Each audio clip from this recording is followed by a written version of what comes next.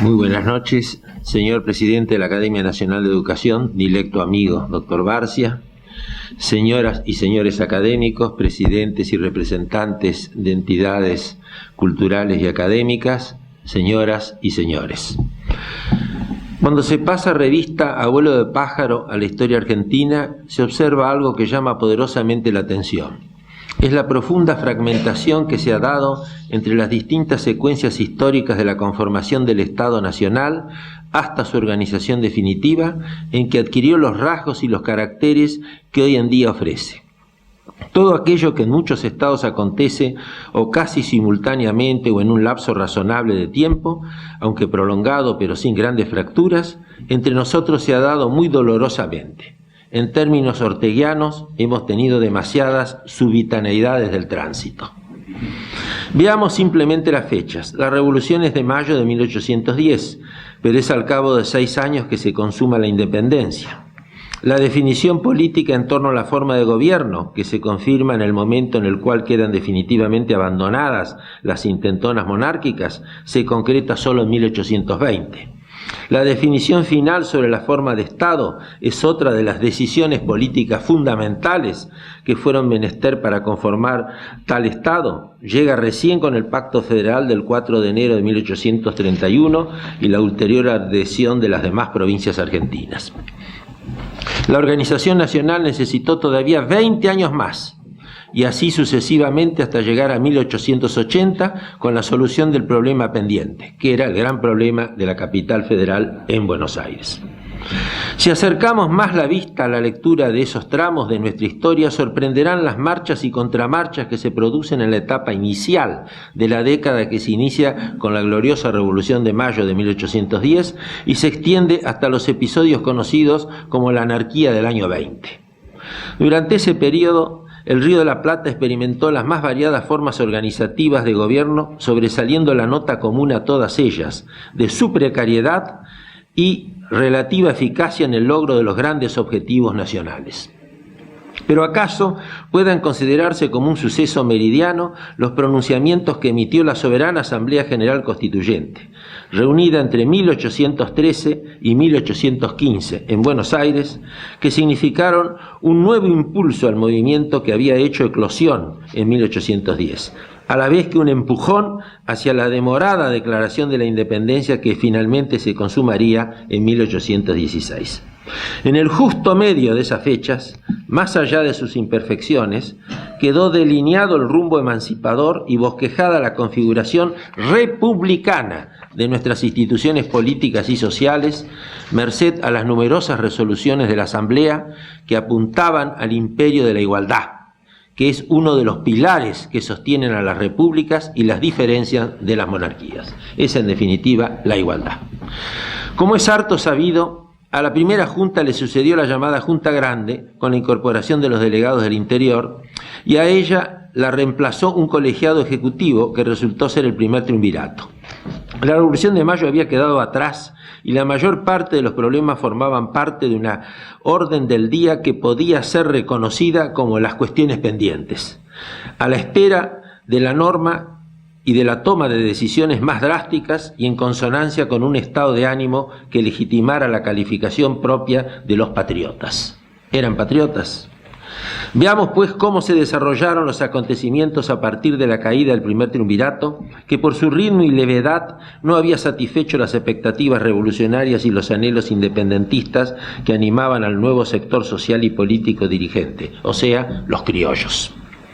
Para mayor estímulo, 1812 había sido el año de la creación de la primera Constitución de España, que en Cádiz habían gestado los sectores liberales que, acantonados en ese reducto, hacían frente a la invasión napoleónica que destronó al absolutista rey Fernando VII y al mismo tiempo bregaban por el estatus de una monarquía constitucional con poderes limitados y libertades aseguradas por un régimen de garantías que fuera extensivo a los habitantes de las colonias de América.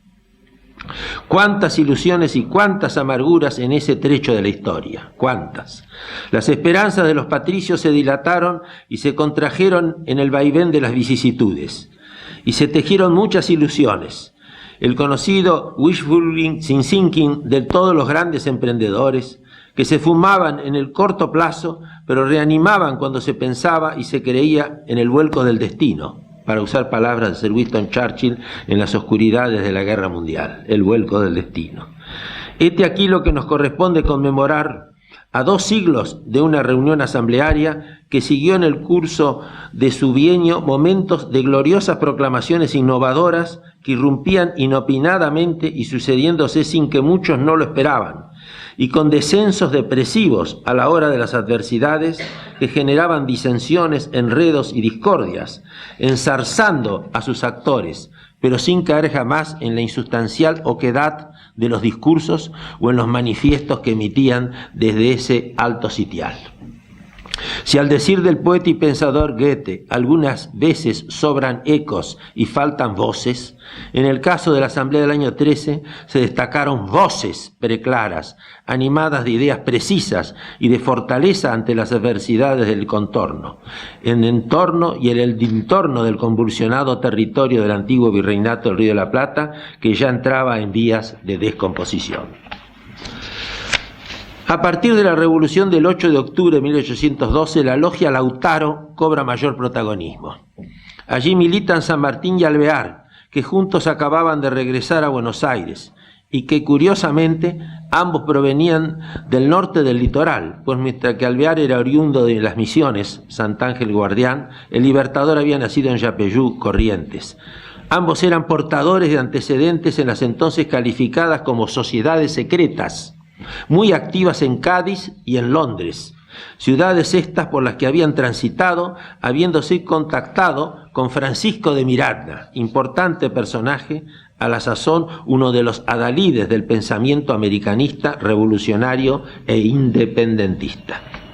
El 8 de octubre cuenta con el apoyo de la Sociedad Patriótica, encabezada por Monteagudo, más los morenistas y las Fuerzas Armadas. Fue así que cae el primer triunvirato, y nuevamente en la historia argentina juega su papel decisivo y decisorio la institución del Cabildo, constituido en ayuntamiento, que finalmente designa a Paso, Rodríguez Peña y Álvarez Jonte, quienes reciben la aprobación popular por asentimiento, muy probablemente por el entusiasmo generado a partir de la perspectiva de superar el paso vacilante del periodo anterior y la demora en avanzar hacia la organización del nuevo Estado. Y el 24 de octubre de ese año es el segundo triunvirato el que decide convocar a una Asamblea Nacional. Al decir de Vidar Campos, es el primer instrumento de nuestra historia constitucional que declara caduca la autoridad de Fernando VII en el Río de la Plata y necesaria la organización de un nuevo Estado independiente. La elección de los diputados fue indirecta, con la intermediación de juntas elegidas en cada provincia, y todo daba la impresión de que se cumpliría finalmente con lo anunciado por Mariano Moreno 3 años antes en la Gaceta, al referirse a las miras del Congreso a convocarse. Este era el Congreso a convocarse. Pero la suerte no acompañó en este caso. Y si bien muchas de sus resoluciones tuvieron la entidad de un ejercicio del poder constituyente, no llegó a consumarse el ansiado proyecto de contar con una ley suprema codificada en un solo texto. El 31 de enero de 1813 se instala la Asamblea, bajo la presidencia del diputado Carlos María de Alvear. Había en ella muchos hombres de Buenos Aires que representaban al interior. ¿Cómo era la atmósfera? Pues el rey seguía out. No se lo invocó para nada. Y Belgrano ganaba en Tucumán y en Salta 2 grandes batallas, el 24 de septiembre y el 20 de febrero. Entonces se daban las condiciones para que actuara como un parlamento de una nación soberana. Por eso mismo, el 8 de marzo decide, cito, que los diputados de las Provincias Unidas son diputados de la nación en general, sin perder por esto la denominación del pueblo a que deben su nombramiento, no pudiendo de ningún modo obrar en comisión. Recalco esto porque explica después el serio conflicto con Artigas. En esto último radicaría la clave de Bóveda para entender el rechazo de los diputados orientales que debían seguir las instrucciones emanadas de ese liderazgo que acabo de mencionar. Tenían 2 grandes objetivos, independencia y constitución, claramente expuestos. Y el 2 de noviembre se nombra una comisión para redactar un borrador de proyecto constitucional que se conoce con el nombre de Proyecto de la Comisión Oficial. Eran altos objetivos, pero no se cumplieron. Quisieron, pero no pudieron. Las facciones debilitaron su accionar, el internismo siempre presente, aunque los distintos grupos compartían en común un ideario liberal. La dificultad consistía en aglutinar, ya que eran partes cuya adherencia se quería lograr. No se trataba de un aglomerado formado por fragmentos unidos con poca consistencia, sino de conglomerar con una coherencia compacta, para lo cual debían entrar en acción sujetos conglomerantes, que fueran capaces de dar cohesión al conjunto de los asambleístas con la finalidad de alcanzar transformaciones que dieran origen a la nueva nación. Alcanzar transformaciones que dieran origen a la nueva nación. Y cuando se afianzaron los alvearistas, algunas tácticas a seguir debieron modificarse, porque para ese entonces algo cambió. En Europa, y con secuelas negativas en Chile y en otros virreinatos del continente como Perú, con batallas perdidas. El Ejecutivo Unipersonal fue creado el 22 de enero, ya estamos en 1814, o sea, al año del surgimiento de la Asamblea. Se creó la magistratura del Director Supremo y el primero en acceder al cargo fue Gervasio Posadas, tío de Alvear, quien ejercería a partir de esos momentos la veneratura de la Logia Lautaro. Cumpliendo con el decreto de los triunviros, habían sido elegidos muchos diputados. No voy a mencionarlos, todos los hemos conocido y aprendido en el colegio o en la escuela y el colegio. Y casi todos llevan en esta querida ciudad de Buenos Aires su nombre en una calle, con muy poca excepción. Prácticamente todos tienen una calle de la cual quizás un alto porcentaje de los habitantes, no digo ciudadanos, de la ciudad ignoran el rol patriótico que debieron y pudieron cumplir, no del todo, pero en la medida de sus fuerzas, en esta Asamblea. La Asamblea, al asumir, declaró que sus diputados eran los representantes de las provincias que se declararan libres y unidas del Río de la Plata, que en ella residía la representación de la soberanía del pueblo, que su instalación tenía como fin dictar la Constitución y finalmente eligió a un presidente y secretarios. Entre los que presidieron las reuniones de la Asamblea cabe destacar primero Carlos María de Alvear, que luego sería director supremo, a Vicente López y Planes, todos sabemos quién fue, a Juan Larrea y a Gervasio Posadas.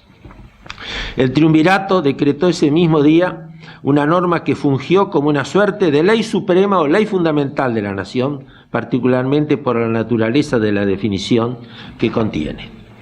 El artículo primero de él se desprende el apartamiento de la doctrina privatista que sustentaba la figura del mandato. Aparecía la figura del representante libre, del mandato libre. En parte a la prédica de Bernardo Monteagudo, de briosa juventud como Alvear, la Asamblea decidió ceder la iniciativa al Poder Ejecutivo. Suspendió varias veces sus sesiones, dejando en libertad al triunvirato para gobernar, sin limitaciones. Con el transcurso del tiempo el ritmo fue variado. Hubo varios periodos. En el primer periodo 84 sesiones. En el segundo periodo 10 sesiones. En el tercer periodo 7 sesiones. En el cuarto periodo 5 sesiones. En el último periodo 5 sesiones desde el 5 de enero al 26 de enero de 1815. Fecha dramática. Cabe señalar que durante los periodos de receso quedaba en funcionamiento una comisión permanente que atendía las cuestiones de urgencias y el seguimiento de los temas a tratar cuando la Asamblea se reuniera en pleno. Nuestro Congreso hoy en día no tiene una institución así. Sí la tiene el Uruguay, por ejemplo. Las principales medidas adoptadas por la Asamblea fueron dispuestas en su empujón inicial. Si bien la composición del cuerpo reflejaba diversas vertientes de pensamiento, puede decirse que la mayoría de sus decisiones respondían al ideal de mayo de 1810, guardando coherencia con la orientación rupturista del viejo orden colonial. La creencia independentista era mayoritaria y el sustrato o esencia que servía de asiento a las sucesivas normas que se dictaban respondían a postulados naturalistas de eminente respeto por la dignidad de la persona humana, por tomar la expresión de aquel gran hombre del Renacimiento que fue Pico de la Mirándola, y a una estructura basada en la filosofía política del contractualismo, en línea con las ideas compartidas desde los albores de la era constitucional. Tal como lo revelan los proyectos de constitución, ya en plural, que tuvieron en sus manos y que no llegaron a considerarse ni a sancionarse, estaban imbuidos de los presupuestos enunciados en los antecedentes ingleses, norteamericanos y franceses, en particular la exigencia de la separación y distribución de los poderes como medio de asegurar la mayor garantía de la libertad y los derechos del hombre, el famoso artículo 16 de la Declaración de agosto de 1789, concepto ideal, pero que sigue siendo actual, de Constitución. Consagrar y practicar esos postulados no era ninguna herejía, tan asombroso a la vista de algún reaccionario supérstite. La propia Iglesia había defendido aquellos principios de organización liberal del Estado. En el apéndice de este trabajo van esos documentos de la Iglesia. Una muestra de ese espíritu se halla en la afirmación, comillas, de que en el reinado de la igualdad la política del gobierno debe partir del principio del consentimiento público, que es la sanción suprema de la ley. Fin de las comillas. Lo proclama el 27 de febrero. Y con palabras de la REA, al expresar que así como todos somos iguales ante Dios, también lo somos ante la ley. Fin de la cita. ¿Y cuáles fueron sus principales decisiones? Acá está el meollo de la cuestión. Si bien la Asamblea del año 13 no cumplió con sus dos cometidos principales, que ya dijimos, logró otros objetivos de gran importancia para el desarrollo de las instituciones del Río de la Plata. Basta con mencionarlos. Impresionan. Puso en ejercicio la doctrina de la representación política y los diputados pasaban a hacerlo colectivamente y por la totalidad del pueblo.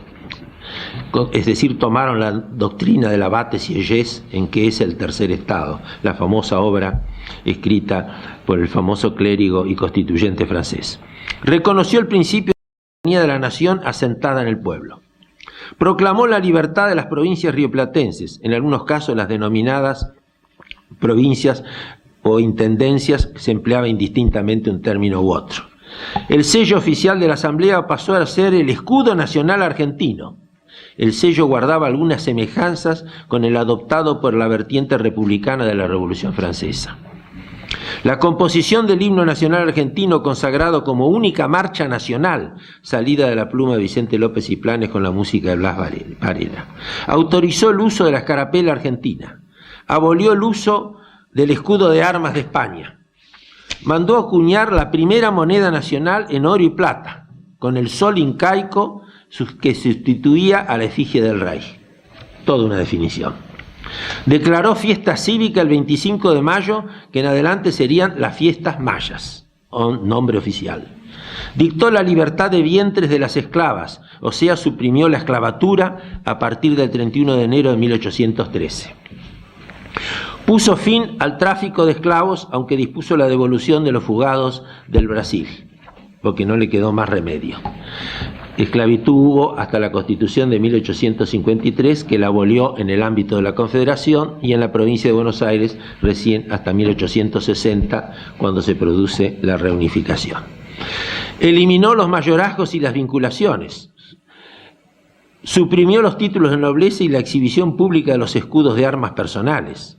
Derogó el servicio personal de los indios, la encomienda, la mita y el yanaconazgo, ratificando así el decreto de la Junta de fecha 1 de septiembre de 1811 y poniendo fin así a su explotación. Libró a los indios de la obligación de pagar el tributo y los reconoció hombres libres e iguales en derechos de todos los ciudadanos. Era una forma de recordar y aplicar la bula del Papa Paulo III, que del 2 de junio de 1537, que había reconocido la naturaleza humana de los que Colón llevó a Europa después del descubrimiento. Abolió el Tribunal de la Inquisición, dejando a cargo de los ordinarios eclesiásticos velar por las creencias religiosas. Determinó que la religión católica era el culto oficial del Estado, aunque por una ley posterior autorizó a adorar a Dios dentro de sus casas a otros creyentes. Abolió el carácter perpetuo de los concejales o concejiles de los pueblos a fin de reimplantar su condición electiva. Los elegía el pueblo. Estableció la continuidad del régimen regalista del patronato, como también puso fin a la jurisdicción del nuncio apostólico con sede en Madrid para asegurar la autonomía de la iglesia local. Ya no dependíamos eclesiásticamente de España. Reemplazó al poder ejecutivo colegiado, el triunvirato, por un unipersonal, el directorio. Con anterioridad al reglamentar por medio de un estatuto el funcionamiento del Ejecutivo, hizo mención del Supremo Poder Judiciario. Por primera vez aparece como poder y supremo, lo que suponía el reconocimiento del mismo con la categoría de ser uno de los 3 poderes del Estado, correspondiéndole a la Asamblea la designación de sus miembros, siendo ello un dato importante a tener en cuenta en años posteriores. Reorganizó las Fuerzas Armadas y la creación de una Marina de Guerra, la que comandaría nada menos que el almirante Brown, quien combatiría con éxito en las batallas navales del Río de la Plata y más tarde en la guerra con el Brasil. Promulgó el Reglamento de Justicia, prohibiendo al Ejecutivo y al Legislativo que asumieran funciones judiciales y siguiendo así los lineamientos del 25 de mayo de 1810, separación de poderes. Y esto pasa a la Constitución. Creó las cámaras de apelaciones como instancia de apelación y eliminando los recursos ante el Consejo de Indias. Chau, se acabó. Actuando en las nuevas cámaras con las atribuciones que poseyeron las reales audiencias coloniales. Suprimió la práctica de las torturas y azotes, quemó los elementos de tortura en las plazas públicas y protegió la niñez desde el nacimiento. El bautismo había que hacerlo en agua tibia, prohibiendo los apremios físicos, golpes corporales a los alumnos escolares. Declaró una amnistía para los expatriados por causas políticas. Qué bien vendría eso ahora. Enfatizó la defensa de la libertad de imprenta, siguiendo los lineamientos del decreto de la primera Junta del 26 de octubre. Ordenó realizar un censo nacional que no llegó a concretarse. Otorgó franquicias para el comercio, impuso la vacunación obligatoria, secularizó los establecimientos hospitalarios, dio los primeros pasos para una futura creación de la Facultad de Medicina y la fundación de la Academia de Jurisprudencia en 1815. Las actuaciones de la Asamblea eran publicadas semanalmente en la prensa a través del redactor de la Asamblea. Entre otros, allí brilló el ímpetu y la pluma del diputado Monteagudo, de incuestionable vocación revolucionaria. El diario La Nación, al cumplirse el primer centenario de la Asamblea del año 13, publicó todos los ejemplares de esa obra que manejaba Monteagudo. En relación al problema de la esclavitud, sabemos lo que ocurrió con motivo del problema con Brasil, y ya lo he explicado eso. En muchas decisiones de la Asamblea campea la titularidad de los derechos de los ciudadanos. Se repite mucho esto, con la exaltación de ese título igualitario, que se puede encontrar otro dato allí de la influencia cultural de la Revolución Francesa, que impuso la grabación en los frontispicios de los edificios públicos de una inscripción, decían los franceses, que versaba así: nos honramos con el título de ciudadanos. Y es así, es lo que nos iguala. Por eso no puede haber ciudadanos ilustres de la ciudad de Buenos Aires o del pueblo que sea. Se puede ser vecino ilustre. Ciudadanos somos todos, no admite un adjetivo posterior. Pero no todo sería ilusiones y optimismo, estimados amigos. Llegarían los reveses. El pesimismo comenzó a campear por varias razones. Primero, las derrotas de Vilcapugio y Ayohuma, en octubre y en noviembre. Segundo, la caída de Napoleón Bonaparte, que vuelto efímeramente al poder emitiría una constitución de tono liberal pero de origen autocrático en 1815. El retorno de Fernando VII al poder absolutista. Los preparativos para el envío de fuerzas a fin de reconquistar el imperio colonial, comenzando por el Río de la Plata. Fue el único virreinato al cual los españoles no pudieron volver. Volvieron incluso hasta Chile, que fue San Martín a liberarlo después, a Perú, a Nueva Granada, a México. Donde no pudieron volver fue acá.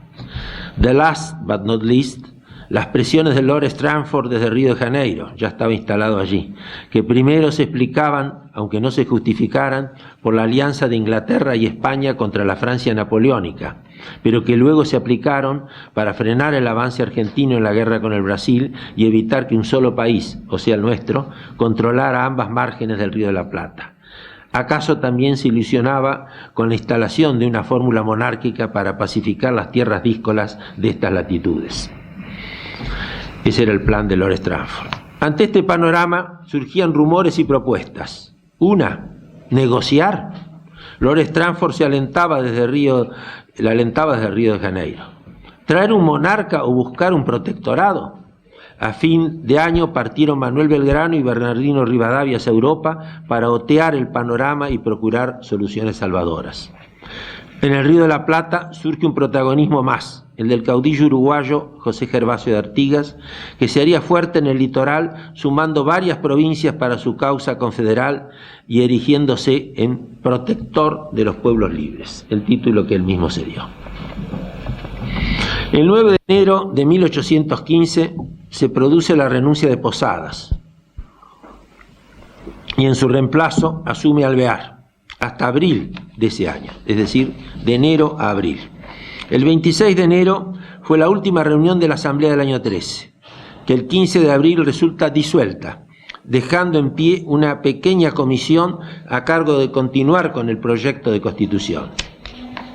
El 3 de abril de 1815 se había consumado el pronunciamiento. Según el diccionario de la Real Academia, es el alzamiento contra el gobierno promovido por un jefe militar u otro caudillo o caudillos.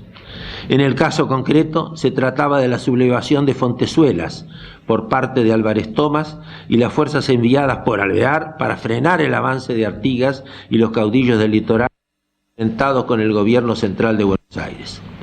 Durante el breve periodo como director supremo, Alvear contaba con 25 años de edad. A su caída se exilia en Brasil, víctima de una de las tantas volteretas de nuestra ajetreada vida política. El exilio de Alvear continúa luego en Montevideo, 1818, hasta su acogimiento a la amnistía dispuesta por el gobernador Martín Rodríguez, 1822. La edad de Alvear es sorprendente al tiempo de su actuación, como lo sería más tarde la de José Benjamín Gorostiaga, con 29 años, al reunirse el Congreso General Constituyente de 1803, y sería allí el principal redactor de la Constitución. Como consecuencia de los acontecimientos, el Cabildo nombra el 18 de abril a Rondó titular y Álvarez Thomas interino. Crea la Junta de Observación que dicta un anodino estatuto provisional, el 5 de mayo, que no fue ni chicha ni limonada, hasta la reunión, sí, del Congreso General. Como puede verse, fue un tránsito muy precario el de la Asamblea del año 13. Y una vez más aparece el Cabildo reasumiendo la autoridad para erigir un gobierno provisional. Pero a pesar de todo, comienza a reunirse el Congreso, que luego, ya en Tucumán, procedería a la declaración de la independencia, en iguales o peores situaciones, el 9 de julio de 1816. ¿Qué balance podemos hacer?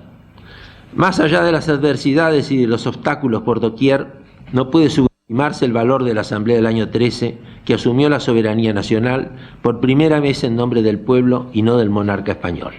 En el juramento estuvo ausente el compromiso de fidelidad al detestable.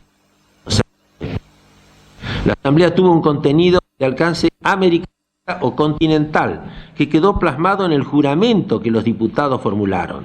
Este es el juramento del 1803. Prometen a la patria desempeñar fiel y exactamente los deberes del sublime cargo, promoviendo los derechos de la causa del país al bien y felicidad común de la América. En estas pocas palabras está definido todo. Es un anticipo de todo. ¿Para qué se perdió después tanto tiempo? La Asamblea tuvo a su cargo la dirección del gobierno de las Provincias Unidas del Río de la Plata y durante los primeros meses de 1813 su autoridad fue muy superior a la del triunvirato. Si bien no llegó a sancionar la Constitución, sus medidas tuvieron dos rasgos. Primero, su carácter organizativo y segundo, su sentido y contenido de naturaleza eminentemente republicana. Los reproches por exceso de centralismo en que se habría incurrido durante esos años no parecen justos si se tiene en cuenta que los peligros que acechaban desde el exterior, el lejano y el cercano, solo se podían afrontar y enfrentar con la fuerza de la unidad, comprobándose en los hechos que el esfuerzo divisional solo aparejaba debilidad mayor. Las reyertas engendraban esperpentos, solo la unidad podía erigir la presencia de un titán. Y eso es lo que faltaba. Una de las primeras medidas anunciadas por la Asamblea había sido la de declarar a los diputados como representantes del pueblo de la nación y no de las provincias, como hoy dijimos. Además, negó el derecho de los cabildos que los habían nombrado a reemplazarlos. Era otro dato que señalaba el mandato libre, es decir, la moderna representación política que había nacido con el surgimiento de la era del constitucionalismo. En consonancia con esta medida, el 5 de marzo del 13 la Asamblea había suspendido la incorporación de los diputados de la Banda Oriental elegidos el 21 de abril en el Congreso de Tres Cruces, bajo el liderazgo de Artigas, expresando dudas sobre la forma seguida en la elección. Es importante tratar el tema de Artigas porque estamos en el año 13, nuevamente este tema va a traerse a colación tanto en el Uruguay como en la Argentina. Solo 2 diputados habían sido elegidos por los cabildos como se había ordenado. El resto lo eran por el Congreso Provincial reunido en Tres Cruces.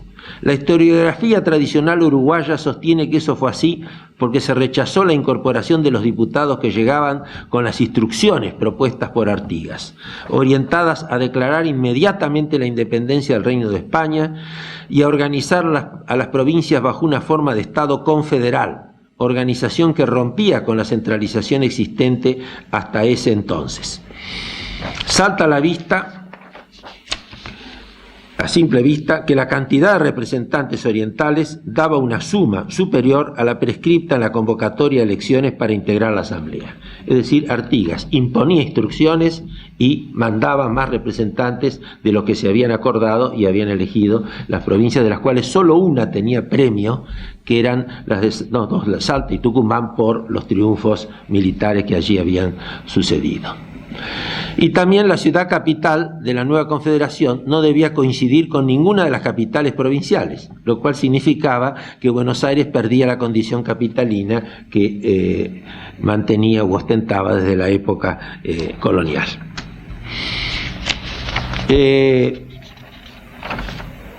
Las instrucciones son del 13 de abril del 13 y emanaron, como dije, de ese Congreso de Tres Cruces, y que luego crea el primer gobierno civil en la provincia oriental. Cabe señalar que en otro congreso que se reúne el 23 de junio en el Arroyo de la China, Artigas forma la primera Liga Federal con Santa Fe, Corrientes, Misiones y Córdoba, es decir, avanza, declarando la independencia de los pueblos libres. Independencia de los pueblos libres. Pero para esa fecha, la Asamblea del año 13 ya se había disuelto por extinción. En resumidas cuentas, parece obvio que las instrucciones a los diputados no se compatibilizaban con la representación libre que enunciaba el artículo 1 de esa ley fundamental que se fijó la propia Asamblea.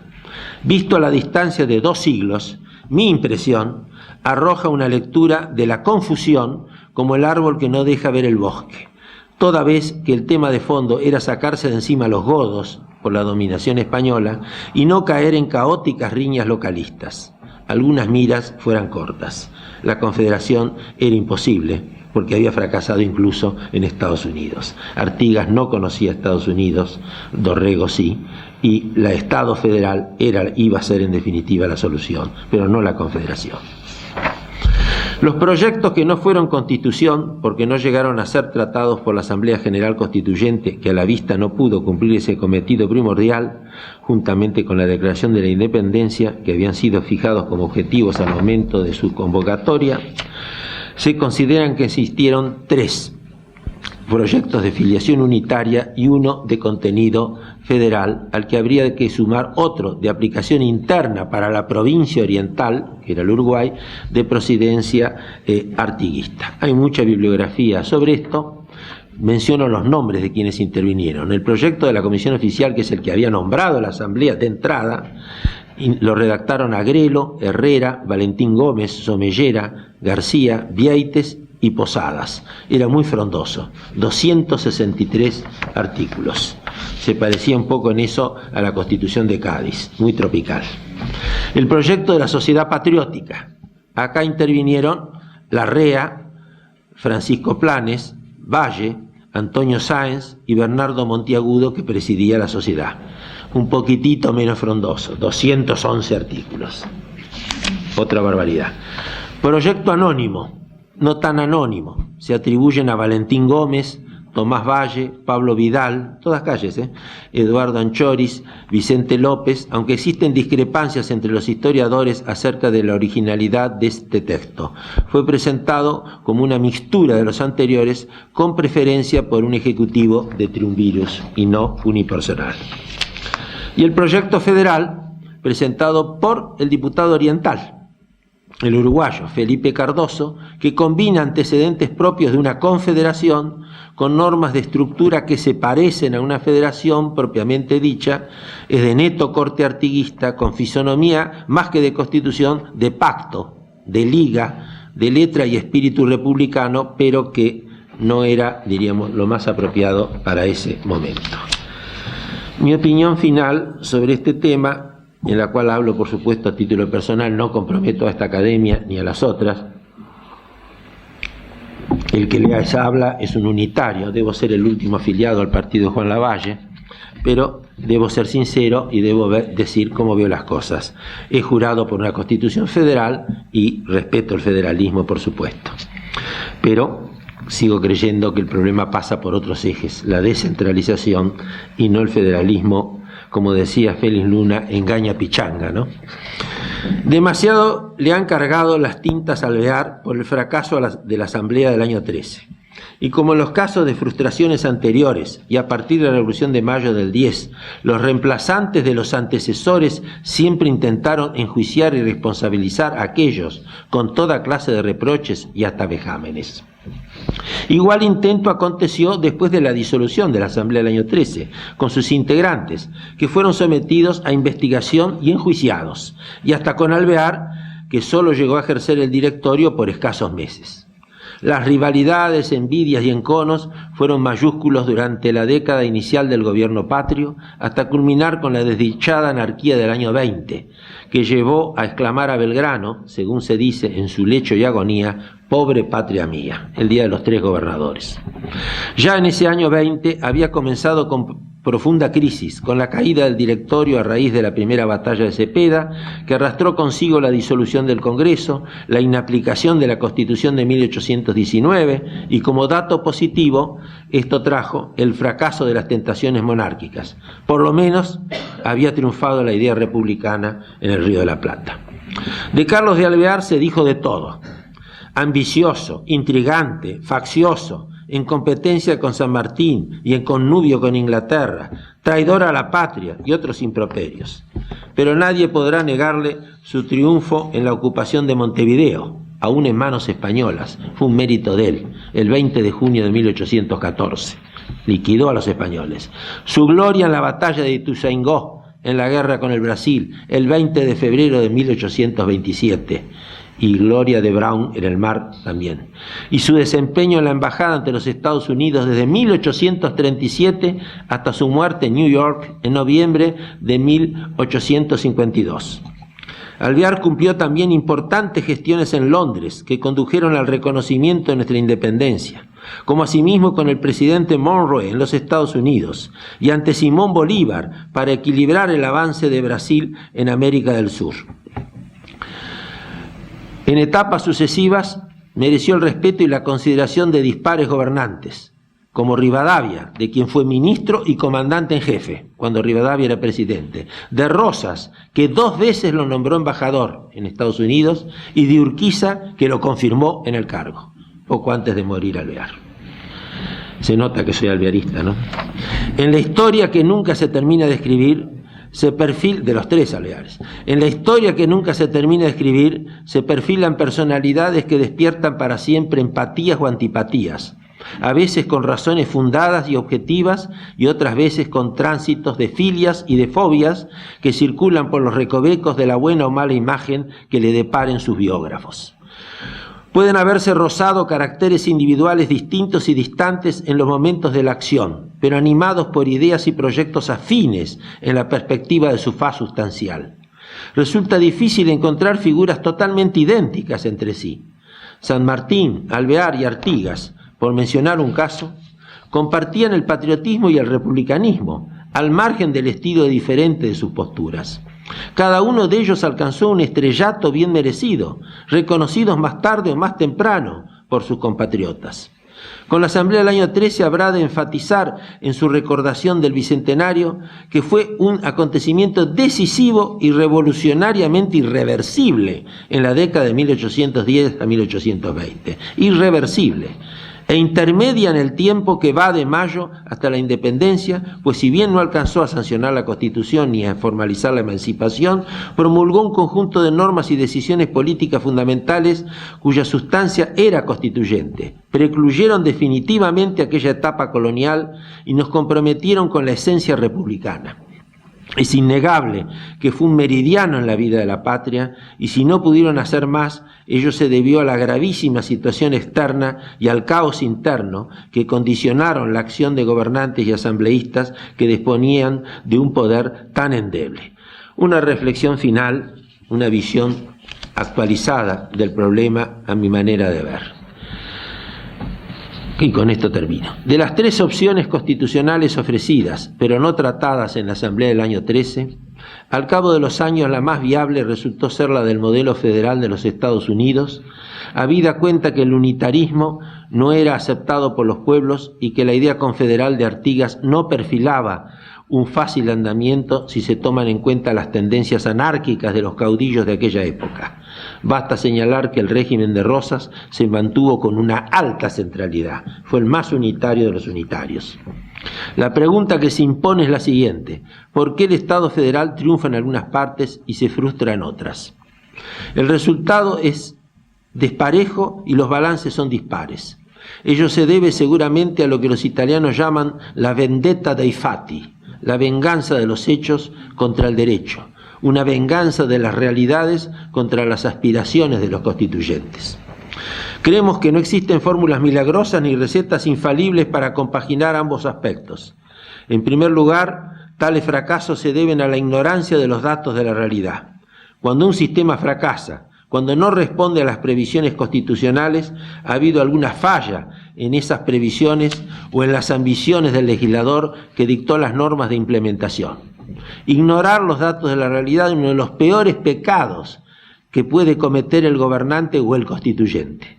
También lo es querer importar o exportar fórmulas constitucionales que responden a realidades distintas. La copia acá no vale, hay que poner aduanas. Así, si examinamos el modelo de Estados Unidos, cabe preguntarse si en aquel país el sistema federal. Ese hallazgo original fue una creación ad hoc para superar un conflicto político concreto que tenían las 13 colonias al momento de su independencia, que no podían resolver con un Estado unitario, no con los artículos de confederación y unión perpetua, que los iban llevando a una paulatina frustración y acaso a su disolución como país.